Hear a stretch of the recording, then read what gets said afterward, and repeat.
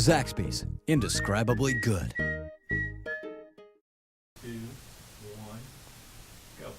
Hello, Raider fans, and welcome back to another edition of the Rocky Hidalgo Show, sponsored by Zaxby's. And tonight we're going to quickly review the Hillgrove game and then preview the upcoming North Cobb game, which is the Raiders' first home game of the season. But Rocky, last Friday night, playing at McEachern Stadium against Hillgrove, down 21-3, get back to make it 21-18, down 28-18, make it 28-25. Raiders just couldn't seem to get over that hump. You would make the runs and just never be able to get over the hump. Yeah, all in all, we talked with the kids about we've got to make a stop defensively. I think our kids played hard. I think we played hard. We didn't play well. I think fundamentally we didn't do a very good job of fitting on the football. I think you can see that. We gave up too many easy throws that became long plays. And Hillgrove's got a good football team, but that's no excuse. We've talked with our kids. I think, going back and watching tape on the game, I think the good news is that we have very small problems that we need to fix, and they're all correctable. It's not personnel issues. It's not that our kids aren't talented enough. We've got some things that we did wrong in the game, and we're working hard to fix them. Rocky, there were some big plays, 79 yards, 56 yards, 64 yards. Those just have, when you're in a battle like that, when you're coming back, and then you give up big plays, they just sometimes just break the back of the team, don't they? Yeah, they drain you, they do, and it's disappointing because we're scrapping back in, and we didn't play real well, and we kind of fought and climbed back in, and then we just gave easy scores up. And defensively, you never want to give easy scores up, and I think there were some things that, looking back on the video that we did that we gave up easy 3rd and 9s and 3rd and 8s, had plenty of opportunities, and we didn't challenge throws. We did a poor job of reading our keys and getting downhill when we needed to, but there are things our kids understand. They've watched the videos, and I think they're eager to correct them. You created some turnovers. You did score 35 points. I mean, it's one of those games that's just so frustrating because you come so close. But in the fourth quarter, you give up 3 touchdowns on their 4 possessions. That had to just be a little frustrating for you as a coach to see that happen when you'd kind of gotten back to the point where you felt like you might have the game in hand. Yeah, we defensively, there's so many games played. We just don't. We're a young team, and we don't have a lot of depth at spots. We had some guys who kind of got tired out there, and it was hard for them to compete. And and look, I understand that. We had some guys who they played hard. We didn't play well necessarily, but we played hard. And I think we gave it physically all we had. We just didn't play well mentally. We did some things that we made some dumb plays here and there. We made some dumb penalties here and there. And when you play a good team, you can't do those things and come back to win. What's difficult for me as a coach is that we're 0-2, and with just a few more plays here and there, we could very easily be 2-0 and have 2 great wins. Yep. And so there's a lot of positives we can take from what we did. But we don't want those to overshadow the things that we did wrong. You made a comment in the paper after the game that you didn't feel like you had done a good job preparing the team. I've been around football a long time. That either means one of 2 things. You feel that way, or you're just basically getting me prepared for next week's going to be a really hard week as a player. But how did you feel as a coaching staff when you came off the field and had a little – did you feel like, gee, I wish I'd maybe done something differently, or is that just, hey, it's time to move on and get to the next game? Well, part of it is time to move on. You can't dwell on losses. When you don't play well, you have to move forward. And some of that, it is. And anytime we don't play well, I feel like I didn't do a very good job. Yeah. And if people want to throw stones, they can throw stones. I'm a big boy. I don't feel like I did a very good job preparing our team to play in the game. We scored 35 points. That doesn't excuse us offensively, defensively. We left points on the field. The offense's job is to score more than the other team. The defense's job is hold them less than we score. So in both respects, we failed.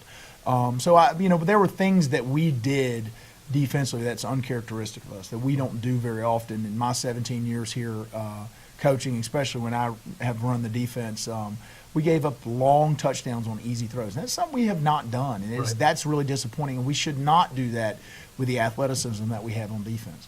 And a lot of that comes just how we kind of fitted up around the ball. We didn't do a very good job of hemming the ball carrier up, forcing the ball back inside. We let the guy get up the sideline where there was no help. There was a lot of things about that. Our pursuit angles were not very good.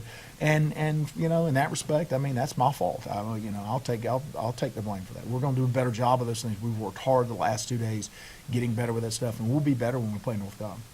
you have a week off, and sometimes you can look at it a couple of different ways.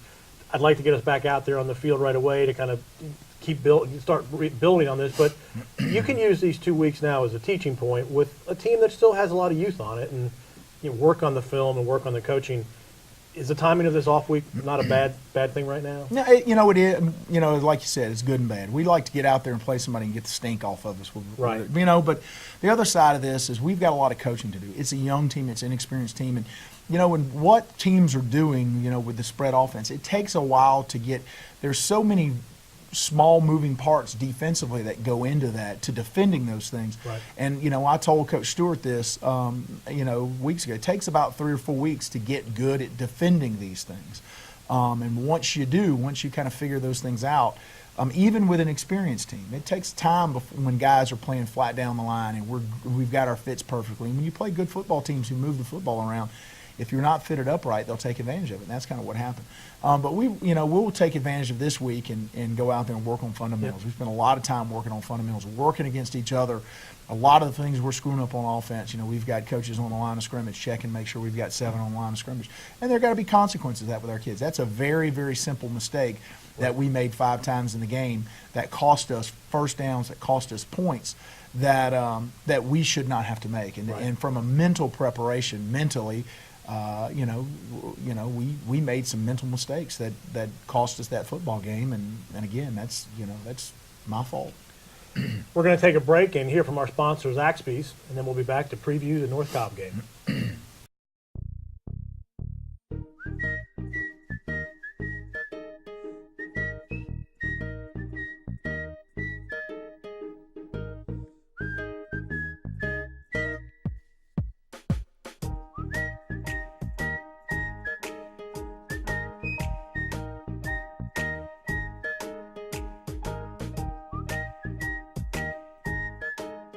Zaxby's, indescribably good. We've got a week off this week, and then finally we end up at Raider Valley, Rocky, where we play North Cobb, a rivalry that we play, kind of year in, year out. Sometimes they're in conference or in region and out of region, but I know you don't care where you play them, but I know the kids are probably ready to have a home game. Yeah, it is. It's it's always good to come home and get on that schedule and all those things and see our fans. I know they'll be excited to run out there and see their faces on our scoreboard and all those cool things. Well, and I guess one of the things that as you get further away from it from time to time, and we always tell kids this, it's a big deal to play any sport that you play at Raider Valley, whether you're playing football or lacrosse or soccer or whatever it might be. It's a big deal, and there's a lot of kids, and you said this might be junior Raider night in a week or so, and I mean, that's how you build the program, and kids want to be on that field, and it's a good thing for the program. Yeah, it's interesting. We have, we started the Walton Youth Raiders, I guess we're going on our 4th year this year. Right. And that program's gone from roughly about 100 kids to 200 football players down there, 1st through 5th grade, and then our junior Raiders, which have, it's always been a very strong program. We're about 150 kids down there. And, when you look at our program top to bottom, we have 500 families that are playing football in a Walton Raider football uniform. So there's a lot of people here in East Cobb, that are associated, not counting all our alumni and former players and all that are associated with our football program and take pride in what we do on Friday night and like to come out and just watch the team. It's a great social. I think it's the neatest thing to do on Friday night in the fall here in East Cobb. I'm not sure you get this much entertainment at the picture show down there for $1.08 or whatever it is. Well, clearly, or if you're at home watching it online with the great production by Raider Vision. North Cobb started off with a victory against Stars Mill the other night. Big score. They've got great skill players. You said we've talked a little bit. They lost some things on their offensive and defensive lines, but at the end of the day, they win 48-7. They're still scoring a lot of points up at North Cobb.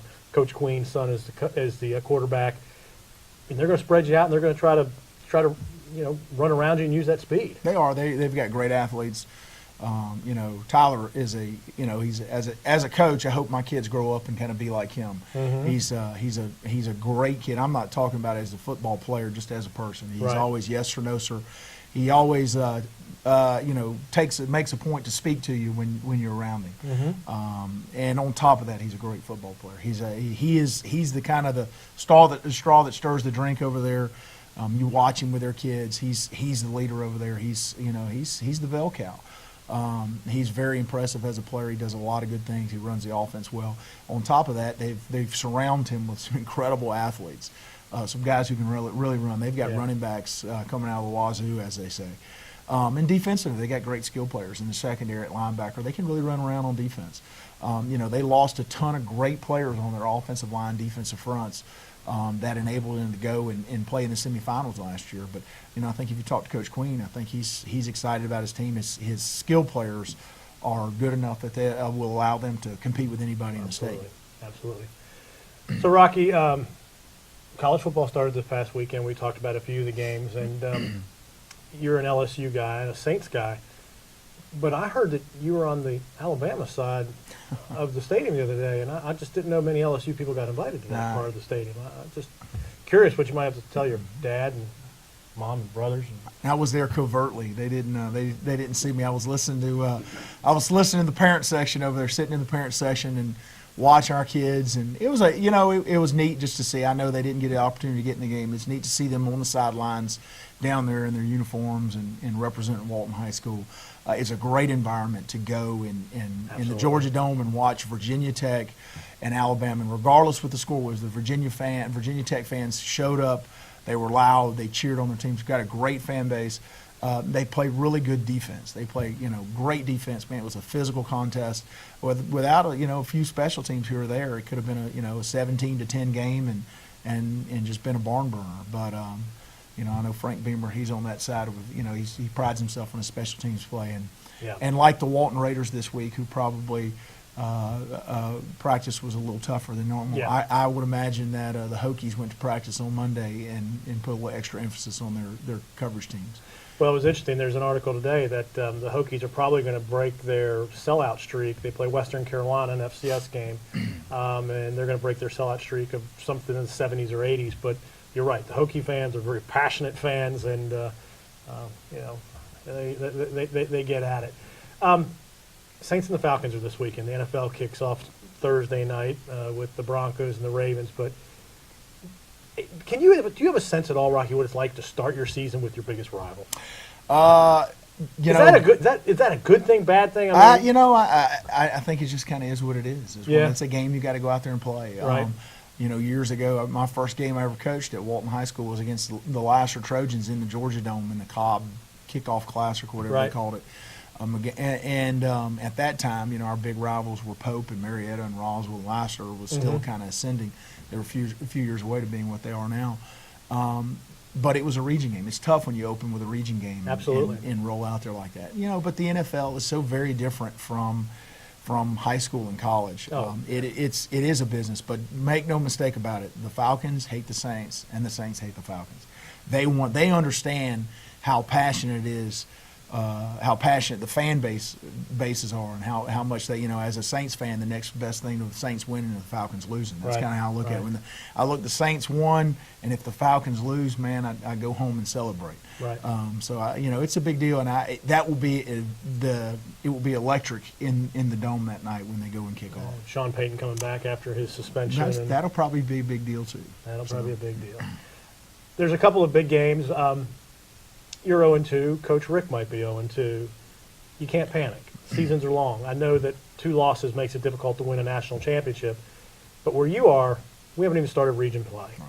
And, of course, everybody would rather be 2-0, but it's not time to panic, right? I mean, no one needs to panic. The whole season's still in front of these kids, and it's all about making it to the tournament and making it to the playoffs. Yeah, and the season is a marathon. It's not a sprint. Exactly. And there's I talked to the kids the other day about they should be proud of their scars, because the scar shows that you were stronger than something that tried to kill you. And as a football team, we're going to be scarred. Our goal is to be scarred at 8-2 and be a great football team at 8-2. And there are football teams that played in the state championship and won state championships with those records or less. We feel like I feel like this team is going to turn the corner. We very easily could be 2-0. And maybe those losses, long-term, might be great things for us.